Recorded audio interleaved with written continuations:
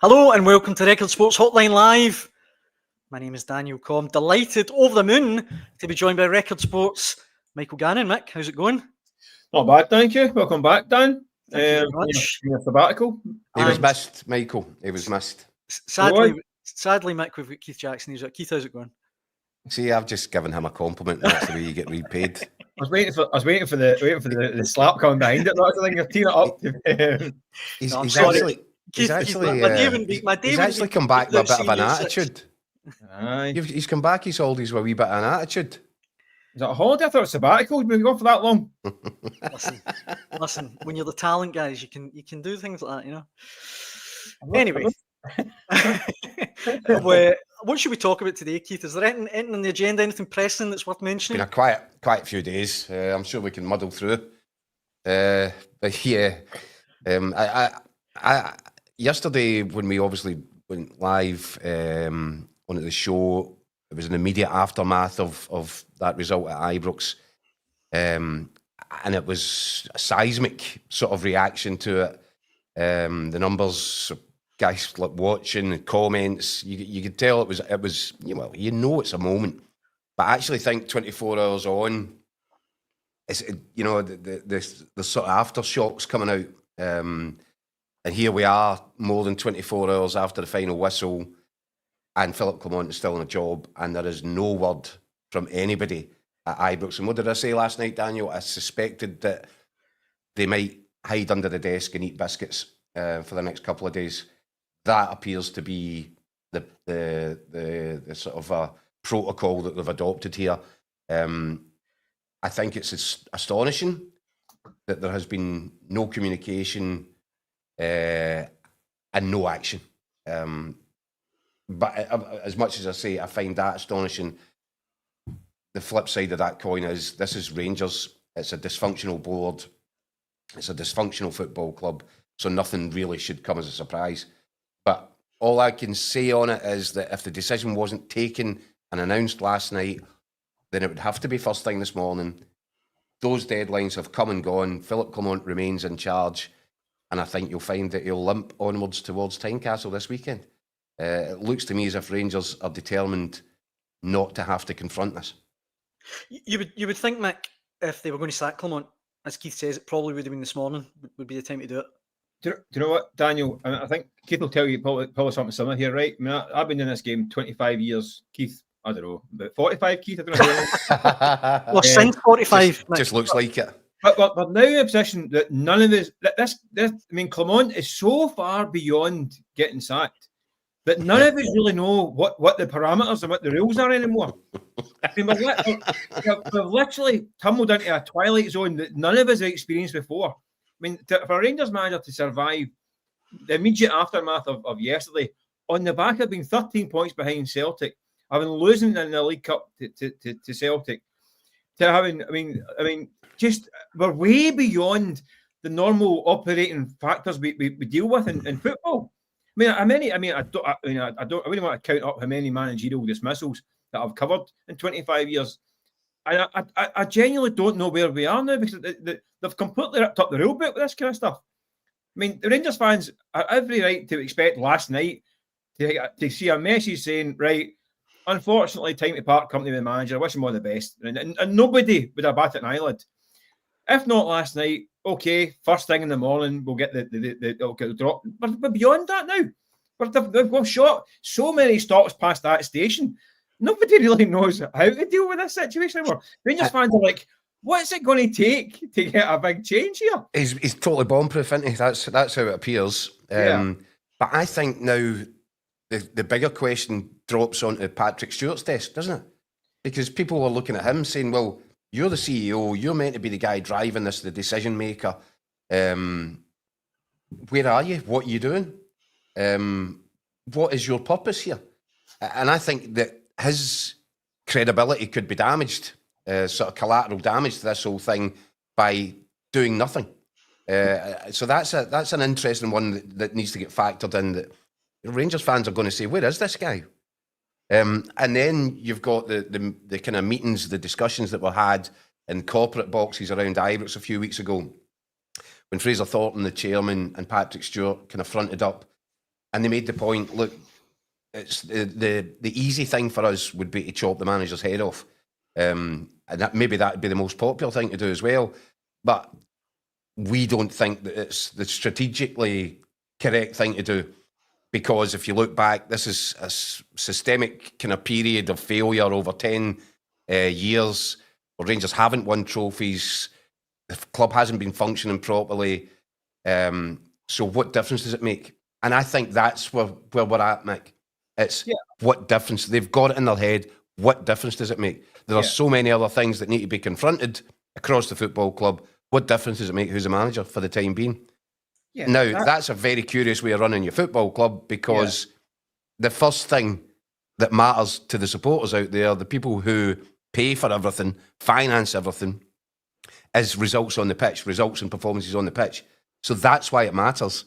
But there seems to be a real reluctance or a resistance to face this one down.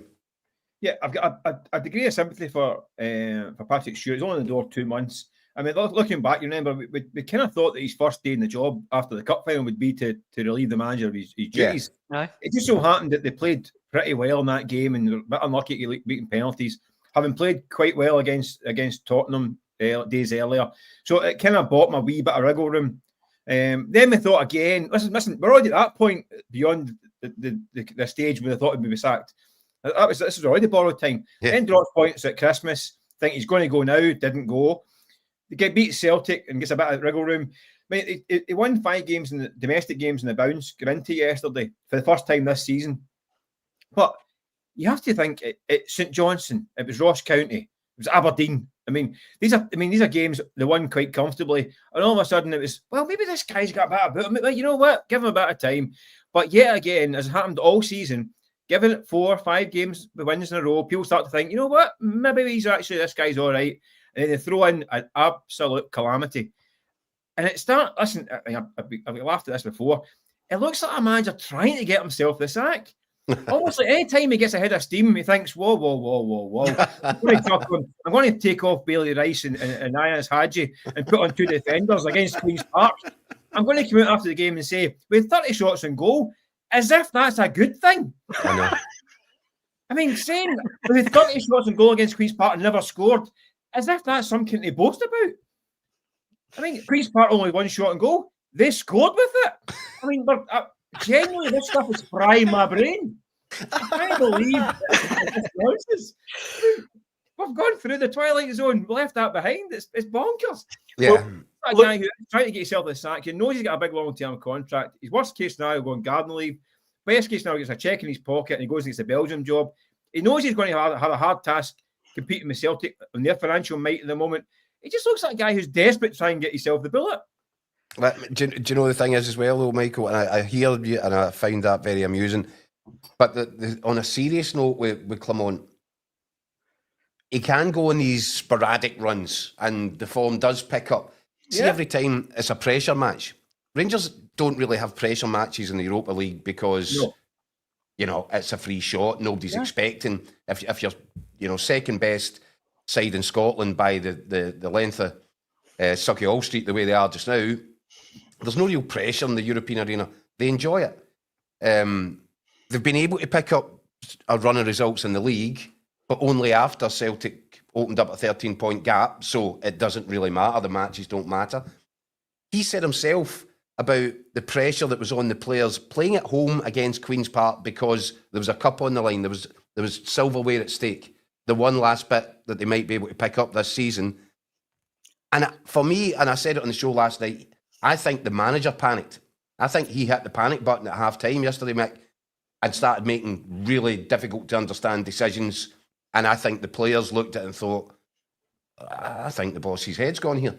And I think whatever mood that he conveyed, and I think it's one of panic at half-time, you could see the effect that had on the players in the second half, all over the shop. Yeah. And that's what happens every time he's in a pressure sort of must-win match environment. Just before you come back in there, Mick. That's also been the case with Rangers for a good while, even before Clement as well. Rangers can turn it on when the pressure was off, like in Europe, like in derby games when the league's wrapped up. when it's 13 points behind you. You're right. There's a lot of guys in that's Rangers team that's a habit they get into, that they can turn it on when there's absolutely zero pressure and they can take a free hit. But dial it up a notch and they go to pieces. But that has to come from the manager, doesn't it? That's what leadership's meant to be all about. Yeah. And I think the kind of harebrained scattergun decision making that went on yesterday from the halftime interval onwards, I think it did more damage than good. And I'm not convinced that these players actually believe in him. And I've been thinking that for a while. I think there's a lot of these players that just don't buy him. See, sorry, mate, I was just going to say, before we go on, we've got tons of comments, but why don't we hear from the man himself, Philippe Clement? He spoke after the game, and here's what he had to say. This is one of the days that doesn't happen so much. That's true. Doesn't happen so much that you have that many chances and you don't score goals, that you have 12 shots on target, that you don't score a goal. Maybe the team wanted too much the second half to score it, and because of that lost composure. It's nothing to do with the work that the team has been doing the last couple of months. I understand that the fans are in emotions now. I know a lot of fans who were on my side 3 hours ago. I know that. So now are the emotions of this game, and I totally understand that, because I'm also angry and frustrated about this result and going out of the cup, because it was one of our big goals and our shortest chance to go to win a trophy this season. We all know that. That's probably also one of the reasons that the team was nervous in the second half, because they wanted that so much, because they know how important it is for the club. Again, today we created enough to win 3 games. We didn't concede many chances. We get 1 shot on target and it's a goal. It's a hold-up today. It's a frustrating one. Sorry to use that word, but it's my feeling for the moment. So I'm as frustrated as everybody else. Is this as low as you felt in your time in Glasgow? I'm not low. I'm very frustrated. I'm not low. I'm ambitious to get results back. I'm very frustrated about this result of today. Yes, but I'm not low. Guys, let me throw some comments at you. Rangers Easy OK says, both don't want to act, that's fine. I, like many others, won't be at Ibrox this season. When renewals come round in 6 weeks' time, many will hold fire, and then these clowns on the board will panic. Get rid of them and just get an interim until June, and go and get a manager who has a proven track record of teams who dominate the ball with a clear style, an attractive job. It's a joke. This one here from John says, Clement should have been sacked in November last year, let alone today. He's not been sacked for one reason only. Rangers can't afford to sack him. And I should mention these one, guys, because it does get lost a wee bit. John Watt saying, fair play to Queen's Park, they were brilliant, particularly the goalie had the game of his life.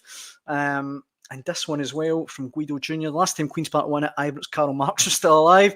The club wasn't even founded. Can you please spend time at Epoch making Queen's Park rather than just the fallout at Ibrox? I think it's a fair comment. Oh, listen, we did do that, to be fair. We made a point of congratulating them, giving them all the credit in the world yesterday. But, you know, guys, I'm afraid we're in the business of stories. And this is a big story. Aye. And it's a great story, and well done to Queen's Park, and they should thoroughly enjoy the moment. This is a massive story affecting, you know, an institution of a football club in Glasgow, which is, as Mick said, it's basically gone through the looking glass. Mm-hmm. So, of course, there's going to be more time spent discussing that. I mean, I'm just there. I thought I'd heard most of that interview, but he's still capable of saying things that take you aback. The players were nervous. I know. I mean, what is he talking about? and where did that come from? Where did those nerves come from?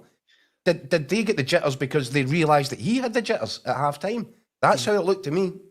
Aye. How can you be a professional football player, earning the sort of money that these guys earn, playing on the big stage week after week, and you get nervous playing in front of Queen's Park from the league below at your own stadium, in front of your own fans? Nervous? I mean, he's effectively saying that they're a bunch of bottle merchants. That's what he's saying. They didn't have the bottle to see that through. The bottle crashed. I I come back to it, and this isn't speaking retrospectively, Daniel, because I said it yesterday. Watching that, I felt that it was his bottle that was crashing, and I think it crashed spectacularly at half time. And from that moment on, his head was so muddled and so confused that he couldn't think clearly. Aye. What about this though? We're getting tons of comments basically with the same theme. John Watt, Rangers are skint, that's why they can't afford to sack him and the rest of the team. I mean, is there any validity to that? I know the financial results have been really bad, but Rangers are still one of the biggest clubs in the UK. Surely that can't be the reason. Mick, I don't know about you, but they've got a whole bunch of investors that seem to just pony up money after, investment after investment. Would one of them bankroll it? I don't know. I don't know quite how it works. But what I do know, and all we can go on is the fact that Patrick Stewart has come out and said this is not based on financial reasoning. Now, that might be true. It might not be true. But that is the club's official line on it. That they're not refusing to pull the trigger simply because of finances. But clearly their finances are in a hell of a state as well. Yeah, you've got to take that at face value. He was asked the question, Patrick Stewart, directly, and he said that was not the case, that it was financial. So you have to take that at face value. So that's the reason. So it's not down to money. You got to suspect they know this is not going anywhere under the manager. I mean, he didn't get a bulk to spend in January. We talk to investors; they do tend to pony up. Listen, if it was 3 points in the league difference, would they have bought players in January? Found some money, yeah. Yeah. So they're clearly not giving the guy any more money to spend in January until they know what's going on in the summer. So they've been the holding pattern for months. That's exactly what it is, mate. You've got to think that they're looking behind the scenes about what's next in terms of managers. That community should be communicated to the fans. The guy shouldn't be in the job in the meantime, because it's not fair on him either to let that linger on. But the whole club now is the Scottish Cup was the one distraction. Obviously, they've got Europe as well, which is a nice distraction for them. And fair play, they have done brilliant in Europe again when the pressure's been a bit off. But now that's gone, the Scottish Cup, there's no distractions. It's now basically a club that's suspended in animation now until the summer. Is there any point in keeping the manager until that point now? You can put him in garden leave and get a caretaker to the summer, and that buys him time. And it also buys him a bit of goodwill in the sport. You look at the crowd at the game yesterday, not a great turnout. Who could blame them? One of the callers touched on it there, that the season ticket renewals are going out any day now. At this point in time, there's no reason for them to be investing in this manager and team at the moment. You're talking about developing players and creating players that are assets. Are you really now going to trust Philippe Clement if he's talking about players being nervous against Queen's Park? You look at the man having a nice little burst of form. The last 4 or 5 games and right off the boil. You're talking about the guys like Bailey Rice. It talks him up last week, hooks him at half time in this cup tie. Hadji sent to Siberia, dragged back in to be rescued this season. Are you trusting the guy to develop these players that are now meant to be assets in the future? Mm-hmm. It's at some point, the financial figures, it's going to cost them more to allow this to continue. Yeah. They buy tickets. Players who have got potential, like Hefty and Igaman, are going to get worse under them. So is it going to actually be more financially viable to make a decision on this and change direction? And I don't get this thing about it. They can't keep changing managers and all that. That's nonsense. You can't just keep a manager because you've done it in the past. I mean, 2 guys get sacked for less, so keep the guy who's been worse than the previous 2. I know. Yeah. You're right. Doesn't make any sense. That's there's this thing, right, whereby and as I think it's indicative of the kind of slump that they're in. That even the prospect, can you remember a time previously, over I don't know how many years, that a Rangers manager would be pretty secure in his job so long as he's got a chance of winning the Scottish Cup? That's a good point. That's a very good point. I mean, what point did the standards drop to such a level that if the manager wins a Scottish Cup, well, that's good for this year, that's a good return? Well, see, on that, 13 points behind in the league. See, on that, Keith, I wanted to point out that when Rangers weren't in the divisions, Celtic didn't win any trebles. Now they're red hot favourites after yesterday to win their 6th treble in 9 seasons. Yeah, I mean that the trophy count is astonishing. Going back to two of the last 41 completed competitions. As I say, Celtic going for the 6th treble in 9 years. I mean, that is a really sorry indictment for the Rangers hierarchy. That's crazy. And by the way, the Rangers fans that were very proud of the fact that, you know, they had more trophies than Celtic, they've just sat there watching going, Celtic's just going like that. And Rangers has been staying stagnant for, you know, the best part now of certainly 1 decade, possibly 2. So, you know, I've said previously on here that this is a club which is going nowhere. It's got no sense of direction. It's not being led properly from the top. I wondered if Patrick Stewart might be the guy to come in and get people into line and lead from the front and get the various investors and board members to follow in behind. I'm seeing no sign of that at this moment in time where you know, it's hit a new rock bottom. He's not anywhere to be seen, the chief executive. So I've said before that this board, I wonder if Patrick Stewart's gone in and looked about and been surprised by how dysfunctional it really is. It needs recalibrated. It needs new, fresh eyes, new ideas, new money. It needs all of that because the people that are in charge of making the decisions for that club right now have proved themselves to be incapable of making the right ones, or enough of them. And we're getting plenty of comments. Both you guys alluded to the fact that the Rangers fans' ire will soon, if it hasn't already, switch from Philippe Clement to the Rangers board. I mean, Dennis Mirren here saying, so sack Clement, bring in Pepper Mourinho, nothing changes. The same board, same players. It's not the managers, it's them above the manager. People can't or won't see that. Alan Culling. But that doesn't mean that you stick. But that doesn't mean that if you've got a guy that's not right for the job, that you should stick with him. Aye. I mean, that's just basic. And I'm sure that Dennis and other Rangers fans would feel a whole lot better about life if at least the team was winning games on a Saturday afternoon and not, you know, you're kind of routinely embarrassing them as they did at the weekend there. I'm sure that would make everybody's life feel a lot easier over at Ibrox. It's not the case. So even though the board is dysfunctional and in need of a complete recalibration, it doesn't change the fact that there's a guy in charge of the football team whose only purpose in life is to get results, and he's fallen short too. Mm-hmm. Well, we've got comments. Mick, I think you hit the nail on the head here. Like Tommy here saying, what if the next Europa game and next Celtic games are both lost? Is he still in a job then? You said it earlier, Mick. Who knows? Yeah. Like, who knows what the parameters are now? Well, listen, in the next before the split, the away games at Tynecastle this weekend. Then a fortnight it's Kelly away, Celtic away, Dundee away, and Aberdeen away. Who knows by that point with Aberdeen? So they've got 5 away games, and listen, we know how the away games have gone. But so these games do these games not matter now? That's what I'm saying. We don't know. We've got the usual rules don't seem to apply anymore. So we just don't know. So they came through this little period against your St Johnstone's and Ross Counties and looked like the Harlem Globetrotters. But now they're going to have to go and dig out results in these places, which are going to be notoriously tough for good Rangers teams. So, but all bets are off at the moment. We just don't know. I mean, I don't know what it takes. I mean, guy, they lost to Queen's Park at Ibrox yesterday. I mean, no. If you can survive that, you can survive anything, man. Nice. It's as simple as that. Queen's Park had to get extra time to beat Montrose in the last round, and they've lost at home to Queen's Park. I mean, but if it's, I mean, that's what I'm saying. We're way beyond. An injury-ravaged Queen's Park. Yeah, a Queen's Park that hadn't won at home since October, since October.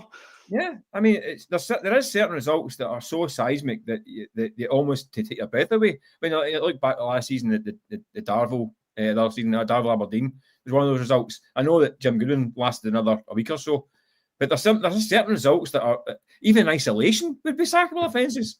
Yeah. Never mind when you're 13 points behind the league. I genuinely think, Keith, we said this. I think we said it on air, but we definitely said it privately. But let's see what happened. We said at Christmas when Rangers beat Celtic 3-0, it was almost the worst thing that could happen for Rangers because it puts Clement in he's safe again for a while. Yeah, I think that's what I'm saying. He's Harry Houdini, isn't he? Aye. He gets into these situations, you think, well, that's the end of that chapter. Yeah, and then he magics something up, a result from nowhere. It falls out the sky, and all of a sudden, people say, "Oh, maybe stick."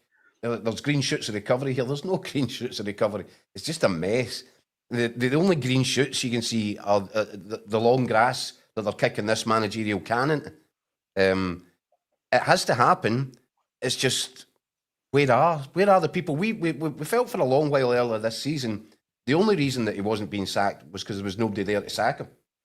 But Rangers have since then subsequently put in a chief executive and a chairman. And their silence is deafening right now. I find it remarkable.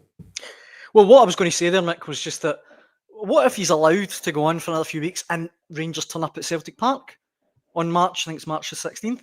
That muddies the water even more. I mean, surely they need to just go, look, this guy is not the future. But there's a pattern now. I think, as I said, that was the first time this season of going 5 wins, domestic wins in a row.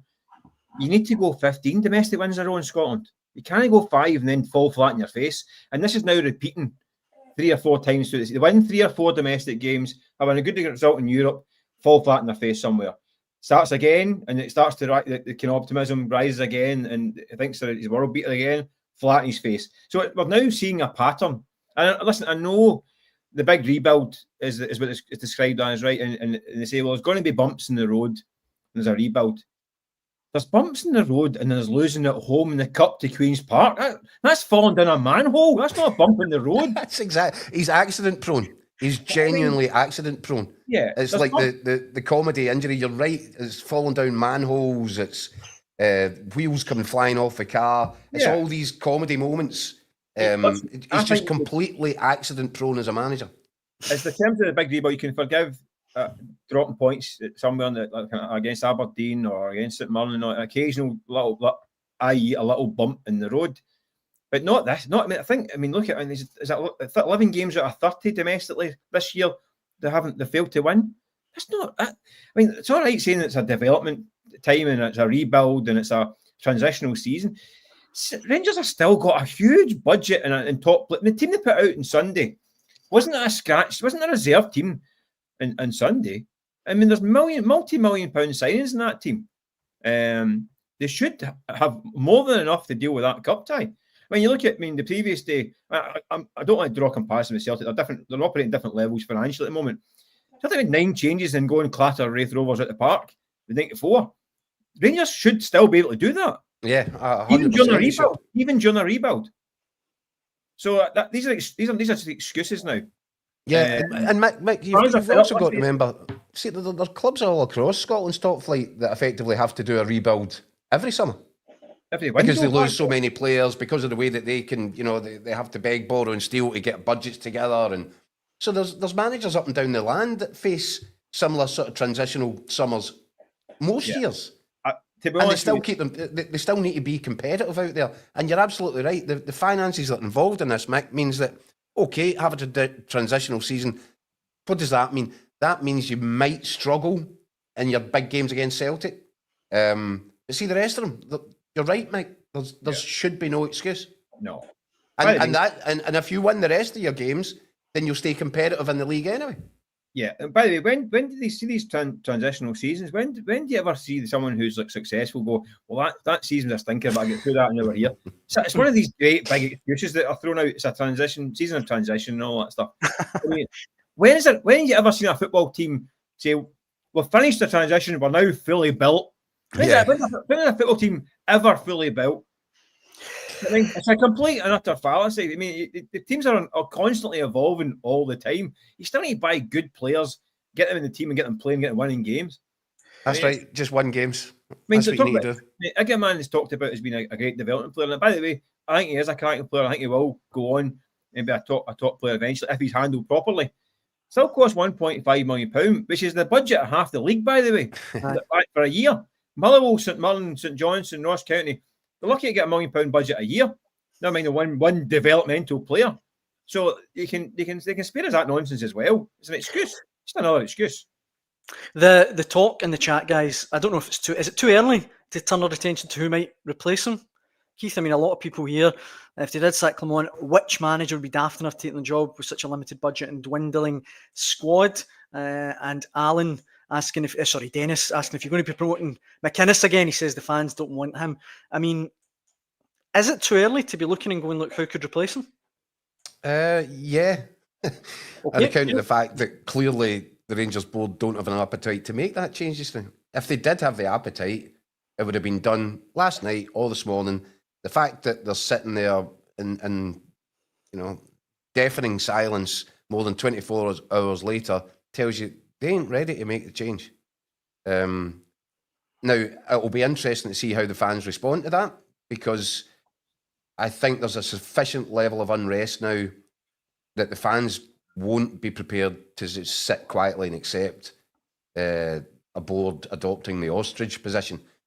That's not going to wash, and I would expect that there'll be an element of these fans that fully intend to get their point across quite emphatically when they follow their team through to Edinburgh. That's the next game, isn't it now? Tynecastle.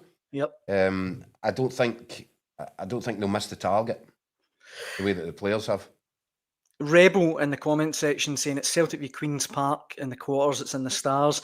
And we should point out the quarter-final draw is later on tonight after St Mirren v Hearts. Mick, who do you see getting through in that one? And it does look like it's Celtic's treble to throw away. Well, you wouldn't bet against that at the moment, but listen, St Mirren has a cracking tie, isn't it? I mean, it's St Mirren maybe a wee bit rocky of late. Hearts have come into a game, having been hopeless for most of the season. Made some good signings, so I think Hearts have enough to get through that one. I think, and they looked as though they're back in business. Hearts, and so they've done some good transfers in the last month or so. So yeah, they're in decent shape. So I think Hearts will be the next one into the hat. But yeah, Celtic, listen, you can't. It's hard to see past them, isn't it, for the cup now? I mean, Rangers. The funny thing, I mean, these one-off games in the cup final, the League Cup final, and the game at Ibrox, Rangers played really well, and you think they're probably the only ones that could conceivably maybe stop Celtic. But then again, it's a cup final or a cup semi-final or even a cup quarter-final might be a pressurised environment again. So you couldn't expect anything. You couldn't be hanging hat on any of it. So yeah, it's it looks as though the path's been cleared now for Celtic, doesn't it? The path's been clear for some time. Obviously, the one element of doubt for Celtic was, will they, encounter a difficulty in the Scottish Cup? That's not to say it's going to be easy from here on in, but they go into the quarterfinals as red-hot favourites. And I think if we're all being realistic about it, it's very unlikely that anybody's going to stop Celtic. This will be another treble. And they just keep rattling them off. It's an extraordinary period of monopolising the silverware and dominating the domestic scene. Extraordinary period. And it shows no sign of stopping. And this is, when you're looking at the mess that Rangers are getting themselves into, that club is not fit for purpose in terms of offering up genuine level of competition to Celtic right now. Mm-hmm. And that's why it's going to need, a complete reboot from the top down. Alan there saying, I think we, and I assume he means Celtic, will get Aberdeen at Pittodrie. And, as mad as Aberdeen's season's been, right, and to clarify, I think Celtic will win the Scottish Cup. But see, as mad as Aberdeen's season's been, I honestly wouldn't bet against them being at Hampden in May, perhaps lifting the Scottish Cup. Honestly, I just think it's been such a crazy season, particularly for them, that, it would just be typical Scottish football. Listen, I think that'd be stretching it. I think Aberdeen getting through that cup tie was a big deal, because I think a lot of people look at that Dunfermline game thinking this is absolutely ripe for another one. Given the fact that Aberdeen had scored one goal in 8 games in open play in the league, it was a deflected free kick. So scoring a couple of goals is probably helped them, but they need to build some form. They need to stop the kind of losing the crazy goals and actually being a threat at the other end as well, because their form is completely gone off a cliff. I don't think the cup wins is a green shoots just yet. But I do think that Hearts and Celtic are obviously the favourites for the cup, overwhelmingly so. But I think Hearts and Hibs, they both have shown signs of decent form. I was at Hibs game on Friday night down at Ayr, a cracking game. Obviously, it took them to the 87th minute to get a winner. I'm not saying it was cold, but when they scored that goal, 87, I jumped out the press box and celebrated. Extra time looming on a Friday night. I hope Bruni didn't see you. Anyone was scoring that at that point in time, I was going to celebrate. So yeah, but I thought United played really well actually on the night as well.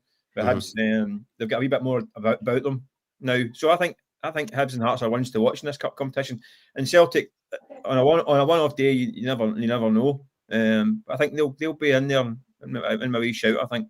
It's come on, absolutely- Mick. If we're being honest about it, we'd all put the house on Celtic. To be It's- honest. Of course we would. I'm just saying that They're just miles and miles out in front. It's crazy when you think Rodgers hasn't even lost a Scottish Cup game in either of these terms. Extraordinary. This is what I'm talking about. This period, you might never see anything like it again. The extent of the dominance. But this is what I'm saying. It actually looks as if it might be here for a while to come yet, because of the state that Rangers have got themselves into. So yeah, fascinating, and I'm interested. You know, you're right to mention Aberdeen.